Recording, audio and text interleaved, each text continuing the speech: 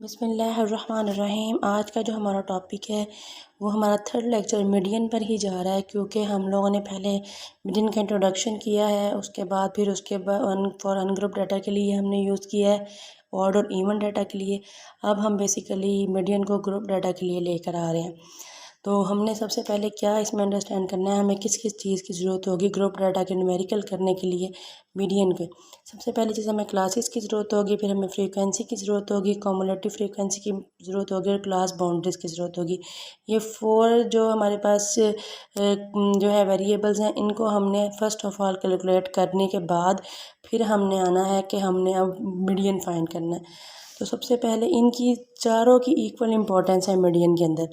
अब हम सबसे पहले देख लेते हैं, इसका फार्मूला हमारे पास लिखा हुआ है L+H/F n/2 - अब ये जो इसके अंदर जितनी भी अल्फ़ाबेट्स आ रहे हैं, इनको हमने फाइंड आउट करना है कि इनकी क्या वैल्यूज़ हैं और हमने इसको कैसे कैलकुलेट करना है। सबसे पहली चीज़ जो हमने फाइंड आउट करनी होती है वो n/2 होता है। n हमारे पास क्या है, sum of frequency is equal to n। ये हमने यहाँ पे भी शो किया है। तो 20 डिवाइडेड बाई 2 करेंगे 10। और जो 10 हमारे पास आया है, बेसिकली हमने इसको फाइंड आउट कहाँ करना है, इसको हमने कम्युलेटिव फ्रीक्वेंसी के अंदर फाइंड आउट करना है कि कम्युलेटिव फ्रीक्वेंसी के अंदर 10 कहाँ पे लाई कर रहा है। तो 10 जो है वो 13 में लाई कर रहा है, वैसे तो वो 18 में भी लाई कर रहा है, लेकिन 18 बड़ा हो जाता है तो 13 में वो एग्जैक्ट लाई कर रहा है। तो हम 13 वाली जो है वह क्लास को पूरी जो हमारे पास 13 वाली रो होगी, इसको हम मॉडल क्लास के तौर पे सिलेक्ट कर लेंगे।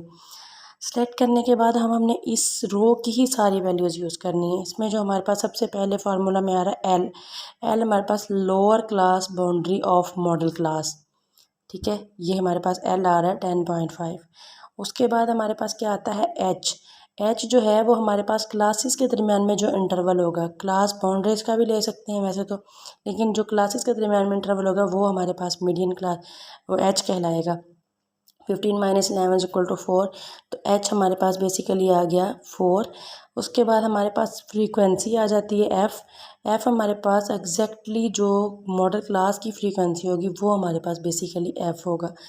तो एफ़ हमारे पास यहाँ पर है 6।